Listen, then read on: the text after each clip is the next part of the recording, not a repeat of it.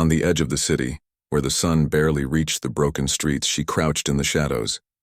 Her skin was streaked with dirt, her clothes ripped and torn from long weeks of neglect, and her body trembled with hunger so deep that even breathing felt heavy. She was the last alien slave on the block, left behind when the traders and buyers had grown tired of the weak, the sick, and the unwanted. Everyone had passed her by as if she were invisible. Even the stray animals looked at her with more care than the humans around her.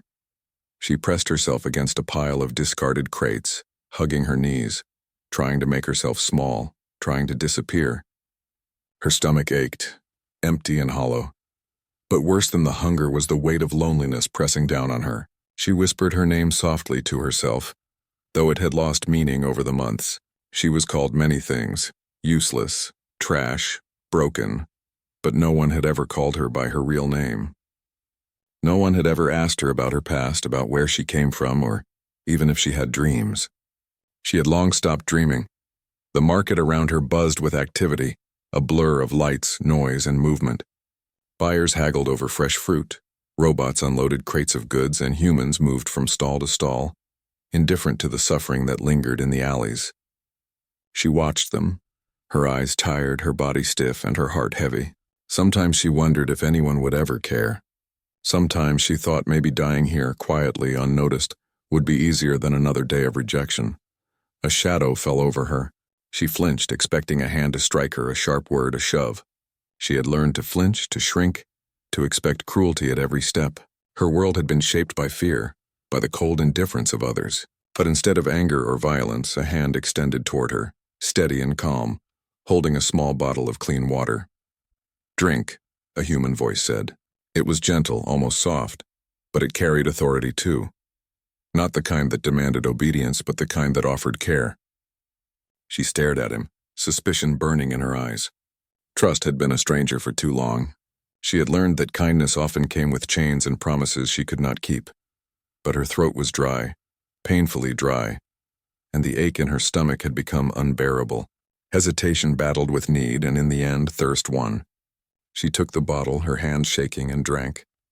The water ran down her throat, soothing her parched mouth and filling the emptiness just enough to make her feel alive again. The human didn't say anything else. He didn't try to buy her or offer a deal.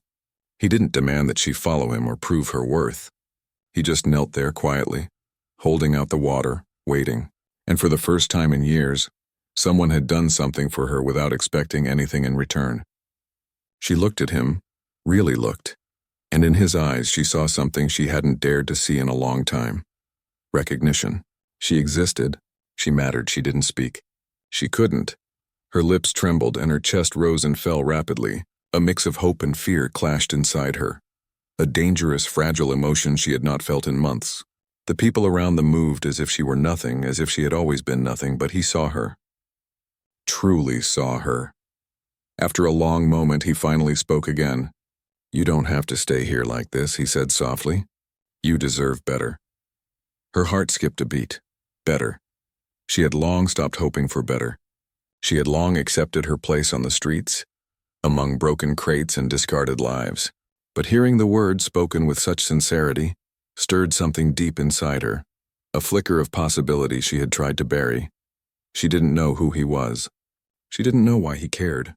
But for the first time in a long time, she allowed herself to imagine a life beyond hunger, beyond neglect, beyond fear. And in that small, dangerous moment of hope, the ember of survival that had burned quietly in her chest flared to life.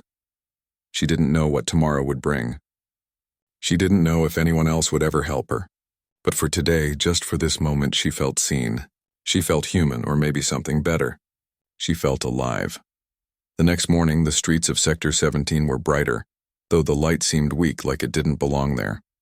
She sat in the same corner, hunched against the cold, her stomach still aching but slightly less empty than yesterday. The humans and aliens moved past her, their eyes busy with trade, their ears deaf to her soft whispers for scraps or attention. She had learned to blend into the shadows, to make herself small, to disappear. Then she saw him, the same human from the day before. His boots made soft thuds on the dusty stones, his posture calm, steady, confident. He didn't rush, didn't glance at his holopad, didn't ignore her like everyone else. He looked straight at her and she froze, unsure whether to feel fear or relief. He carried a small satchel this time. From it, he pulled out a piece of bread wrapped carefully in a clean cloth. He knelt down slowly, keeping his hands visible, and offered it to her. "Here," he said simply. "Eat." She hesitated, distrust curling in her chest like a cold snake. Her life had taught her that gifts always came with chains, that kindness always demanded a price. But hunger was stronger than caution. Her fingers trembled as she reached for the bread. It smelled sweet, warm, and alive. She tore off a piece and ate, the taste almost foreign to her. The warmth spread in her belly, and for the first time in months she felt comfort instead of pain. The human didn't speak again immediately. He just sat nearby, his presence quiet but firm, like a shield against the harsh world. She noticed the way his eyes softened as he looked at her, how he didn't flinch at her scars or the dirt covering her body. No one had ever looked at her like that before. No one had ever seen her. "You're still here," he said after a while, his voice gentle, not commanding. "I thought maybe you'd run or hide completely. I don't have anywhere to go," she whispered, looking down at her hands. They were cracked and calloused, shaking slightly.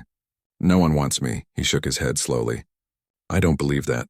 Everyone deserves to be seen even if the world doesn't notice." She blinked, unsure how to respond. Words felt heavy, awkward, foreign. Nobody had ever spoken to her this way. Nobody had ever treated her like she was human. Most had treated her like an object, a thing to use or discard. And now for the first time someone was talking to her like she mattered. Over the next hour he stayed with her. He didn't press her to follow him, didn't demand answers. He simply sat and shared the small things he had brought, bits of food, a small water bottle, and a cloth to wrap around her shoulders against the chill. He asked her simple questions, nothing invasive, nothing that made her panic. And slowly, inch by inch, she began to answer. She told him her name, or at least the closest thing she remembered to it. She told him small things about where she had been, about the streets and the cages, about hunger that never seemed to leave her. He listened without judgment, without interruption, as if every word she spoke was valuable. For the first time, she felt something unfamiliar. Hope. A fragile, trembling hope that maybe life could be different, that maybe not all humans were cruel, that maybe, just maybe, someone could care about her without expecting her to be perfect or useful or obedient. The sun began to sink low in the sky, painting the streets in streaks of orange and red. The human stood, brushing dust from his pants, and offered her a hand. "You should rest," he said. "I'll come back tomorrow." She hesitated, staring at the hand, torn between instinct to flee and a strange, deep curiosity. Then slowly she placed her small, trembling fingers in his. His grip was firm, steady, comforting. In that moment she felt a connection she hadn't felt in years. A bridge over the loneliness. A promise that someone could see her worth. And as he walked away, leaving her with a quiet promise of return, she realized that perhaps for the first time in her life, she wasn't completely alone. Maybe, just maybe, someone believed in her. And that belief, small as it was, began to spark something in her heart she hadn't felt in a long, long time. Trust. The days that followed were strange for her. Every morning she waited in the same corner, half afraid he wouldn't come. And every morning he did. Sometimes with food, sometimes with a clean cloth. Sometimes just with a smile that made her heart ache in a way she didn't understand. She didn't trust it. She wanted to, but her life had taught her that trust was dangerous, that kindness was often a trap. Other humans in the market noticed him too. They whispered, laughed, pointed. "Why bother with that thing?" A vendor sneered. "It's filthy, weak, and useless." Another shook his head. "No one will ever want her. You're wasting your time." But he ignored them. He never explained why he cared. He never argued. He simply came back each day, offering small gestures of kindness that slowly, like drops of water on dry stone, began to soften the hardness in her heart. She watched him from the shadows sometimes, studying him as he moved through the crowded streets. He never pushed, never demanded, never made her feel small. And yet, even as she observed him, doubt grew inside her. What if it was temporary? What if he left her like everyone else? What if his kindness had a hidden cost and she would only discover it when it was too late? One evening, as the sun dipped low behind the crumbling buildings, she saw a group of rough aliens approaching. They laughed cruelly, their claws scraping the ground. "Look at this one," one said, pointing at her. "The last piece of trash left on the block, pathetic." Her chest tightened, fear flaring like fire. She wanted to run, to vanish into the shadows, but her legs felt heavy, frozen by years of terror. The group circled her, laughing, jeering, reaching out to push her. She closed her eyes, expecting the familiar sting of pain, the sharp bite of humiliation. Then a voice rang out, clear and strong. "Leave her alone." Her eyes flew open. He was there, standing tall, a barrier between her and the group. His hands were empty, but his presence alone carried authority, courage, and something fierce she had never seen before. "Go," he said, his voice low and dangerous. "Now." The aliens hesitated, confused by the human's calm courage. He didn't move, didn't threaten with weapons, didn't raise his voice. He just stood firm, his eyes fixed on them. Slowly, the group backed away, muttering curses until they disappeared into the alleyways. She sank to the ground, trembling, a mix of fear and awe washing over her. She wanted to speak, to thank him, but words failed her. For the first time in her life, someone had risked themselves for her. Not for gain, not for payment, not for amusement, but simply because she deserved it. He knelt beside her, brushing the dust from her clothes. "You don't have to live like this," he said gently. "You don't have to be afraid all the time. You deserve better." She wanted to believe him. She wanted to cling to the hope that his words were true. But old scars ran deep. Her body ached, her stomach growled, and her mind screamed that this was temporary, that every kindness was a trap, that one day she would be abandoned again. Yet even as doubt clawed at her, she felt something strange and new. The possibility of safety. The idea that someone could see her, really see her, and not turn away. She felt a spark in her chest, fragile but persistent, and for the first time in years she imagined that maybe, just maybe, her life could change. That night she didn't return to the corner where she had spent so many long, lonely hours. Instead, she stayed in the shadows nearby, watching as he packed up his small bag and walked away. She didn't know why he cared. She didn't know why he risked himself for her. But she knew one thing. For the first time, she wasn't entirely alone. And that thought, fragile and new, gave her a strange sense of hope that she hadn't dared to feel in a long, long time. That night, the wind carried a chill that cut through the narrow streets of Sector 17. She huddled in the corner of an abandoned alley, trying to stay warm, trying to imagine that tomorrow might be different. The memory of his kindness lingered in her mind, a small flame against the darkness of her past. But she couldn't shake the fear that something bad would happen again. Life on the block had taught her that safety was temporary, that danger lurked around every corner, and danger did come. A group of raiders appeared suddenly, their shadows stretching long across the cracked pavement. Their laughter was sharp, cruel, and filled with the hunger of predators. They moved fast, pushing aside crates and barrels as they hunted for their next victim. She froze, her chest tightening with panic, her mind screaming at her to run, but where could she go? There were no safe corners left, no friendly eyes to watch her back. The raiders spotted her instantly. "There she is," one shouted. "The last weakling on the block?" Their claws scraped the ground as they closed in. She stumbled backward, tripping over a broken crate, her stomach sinking with dread. Tears burned her eyes, but she didn't cry. She couldn't. Crying was for those who had hope. She had none left. Then through the chaos she saw him. The human she barely trusted. The man who had shown her kindness stepped into the alley, his figure calm but strong, his eyes blazing with determination. He didn't hesitate. He didn't shout or threaten. He simply moved between her and the raiders, his presence alone commanding attention. "Leave her alone," he bellowed, his voice carrying over the sounds of destruction. The raiders laughed at first, thinking it was a weak human's empty bravado. But when he stepped forward, his movements confident, precise, they faltered. He didn't have a weapon, but there was a force in him they couldn't ignore, a courage they couldn't break. She watched in awe and fear, heart pounding. Could he really stop them? Could he really protect her? She wanted to run, to hide, but something in her chest pulled her toward him, toward safety, toward the possibility of something she had never known. Trust. The human didn't fight recklessly. He used his strength, his speed, his careful planning to dodge attacks, deflect strikes, and keep the raiders at bay. Each movement was deliberate, controlled, and precise. Slowly, one by one, the raiders backed away, muttering curses and threats as they realized they were no match for him. Within moments, they were gone, disappearing into the shadows from which they had come. She collapsed to the ground, trembling from fear, exhaustion, and awe. Her tears finally fell hot and fast as her body shook. She didn't understand the strange mixture of relief and amazement she felt. He knelt beside her, brushing dirt and sweat from her hair. "You're safe now," he said gently, voice steady, warm, like a blanket around her heart. "I won't let anyone hurt you again." She wanted to believe him, wanted to cling to the words like a lifeline, but her body shook, and her chest ached with the weight of years spent in fear and neglect. Why do you care?" she whispered, voice cracking. He looked into her eyes, and she saw no judgment, no expectation, just truth. "Because no one deserves to be left behind," he said softly. "Especially not you." For the first time, she felt something she hadn't in years. Hope. Fragile, trembling, but real.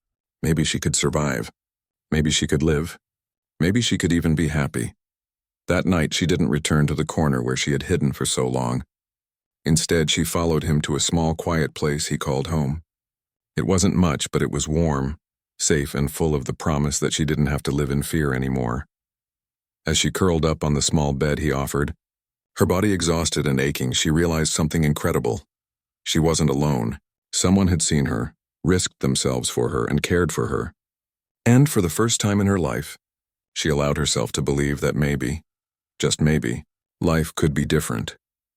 And in the stillness of that night, with the wind howling softly outside, she finally felt the tiniest flicker of peace, a spark that could grow, if she dared to trust, if she dared to hope, if she dared to live. The next morning, sunlight seeped through the cracked windows of his small home.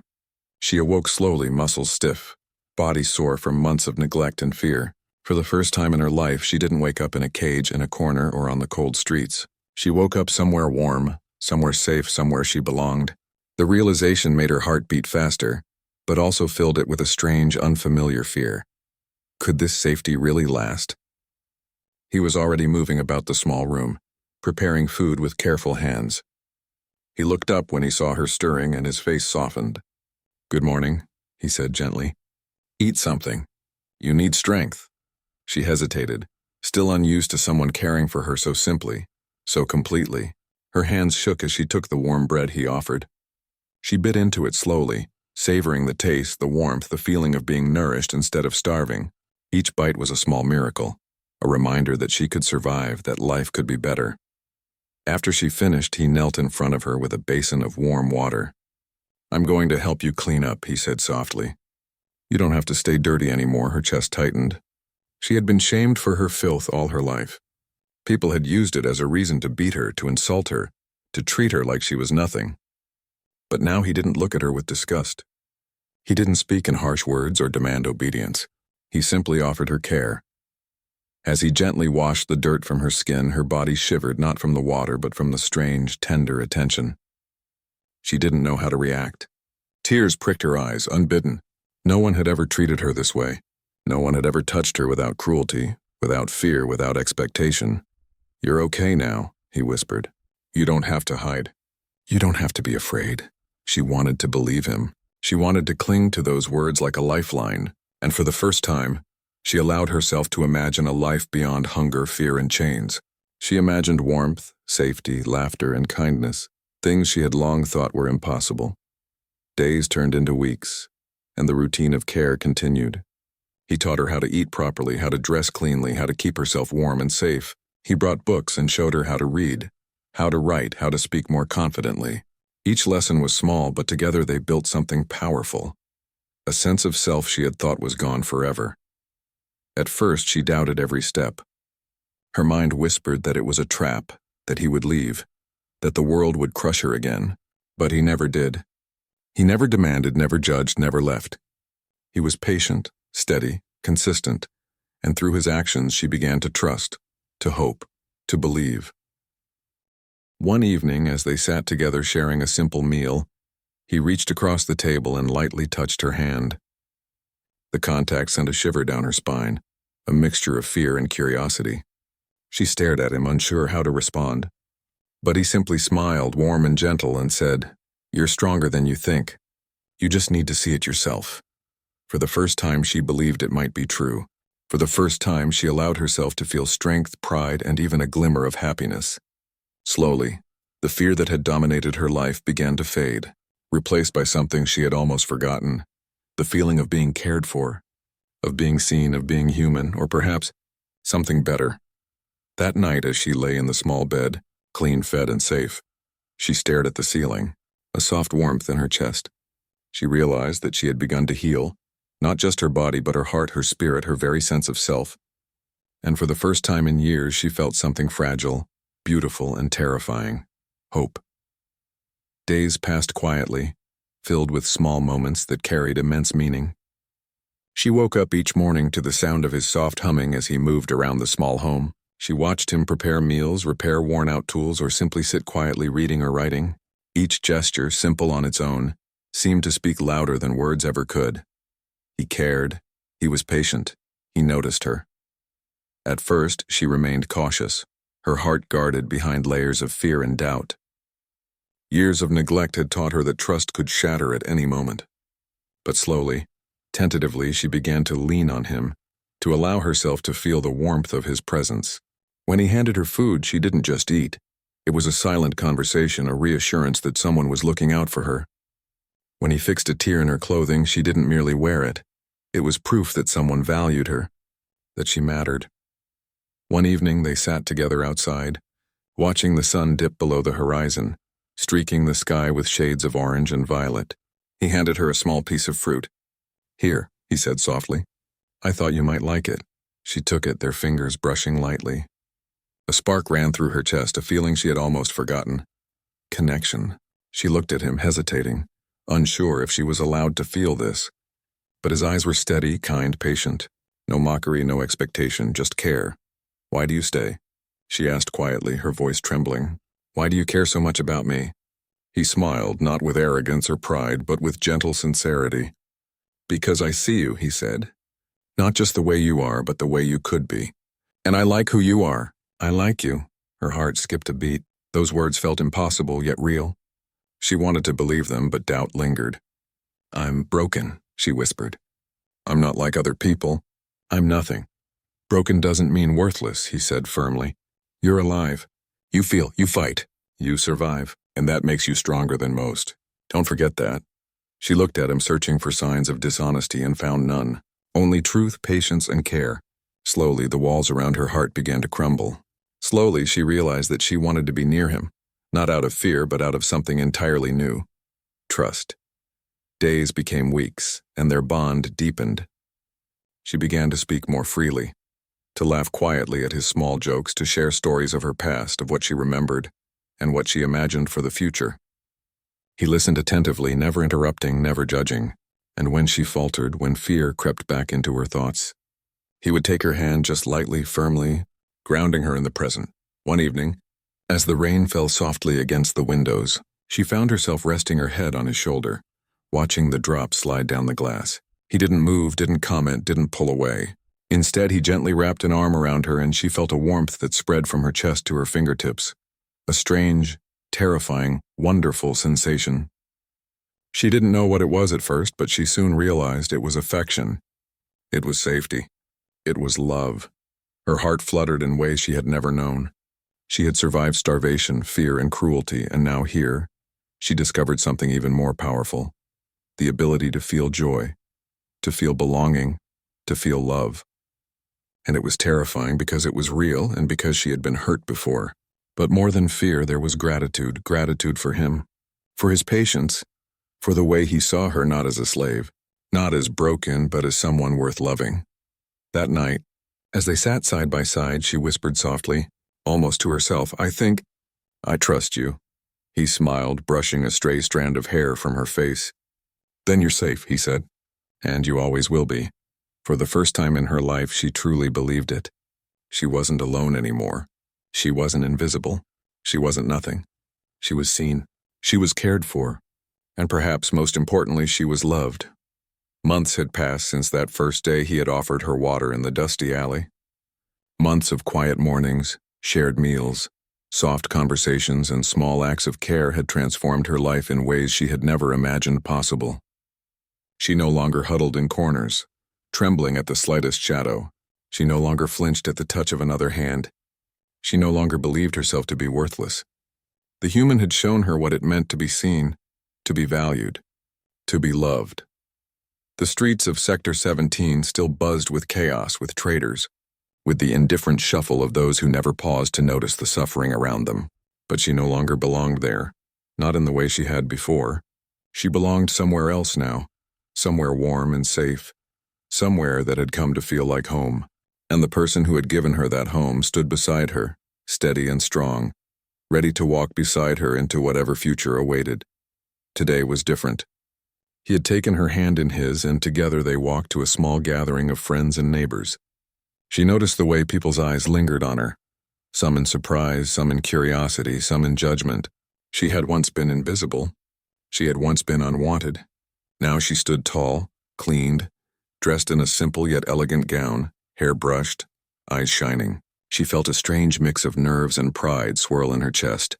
The human held her hands in his gaze unwavering, his smile gentle but filled with warmth. "You're ready," he said softly. "Are you sure?" She nodded, words failing her for a moment. She realized that the question was unnecessary. She had been ready for a long time, ready to leave behind the fear, the hunger, the shame, ready to embrace something new, ready to be fully alive. The officiant, a small figure who spoke softly but with authority, looked at them and began the ceremony. She listened to the words, the promises, the simple declarations of trust and care, and as she looked at him, she saw everything she had ever hoped for in one person. Courage, patience, kindness, and unwavering belief in her worth. When he finally spoke, his voice steady and clear, her heart leapt. "I choose you," he said. "Not because you are perfect, not because the world thinks you are valuable. I choose you because I see your heart. I see your spirit. I see you, and that is enough for me, always." Her tears came unbidden, hot and fast as the weight of years of neglect, fear, and loneliness lifted from her shoulders. For the first time, she allowed herself to fully feel the truth she had only dared to glimpse in fragments. She was loved. Truly, completely, and without condition. I choose you too," she whispered, voice trembling, words catching in her throat. She had never imagined saying those words, had never imagined a life where she could. But now she could. And she did. The small crowd around them clapped softly, some smiling, some wiping their own tears. But her focus remained solely on him, the human who had seen her when no one else did, who had risked himself for her, who had taught her to trust, to hope, and finally, to love. As they held each other, she felt a warmth spreading through her chest, a lightness she had never known. Gone was the weight of chains. Gone was the ache of hunger. Gone was the sting of cruelty. In their place were comfort, security, joy, and the quiet, powerful certainty that she belonged. That night they returned to their small home. She curled up beside him, feeling the steady rhythm of his heartbeat, a melody that spoke of safety, of partnership, of belonging. She rested her head on his chest and let herself drift into sleep, knowing that for the first time in her life she was truly free. Free from fear. Free from shame. Free from loneliness, and most importantly, free to be herself, loved and cherished, walking forward into a world where the kindness and courage of a single human had changed everything. She smiled softly in the dark, feeling the warmth of his arm around her, and whispered, almost to herself, "I'm home." And in that moment she was.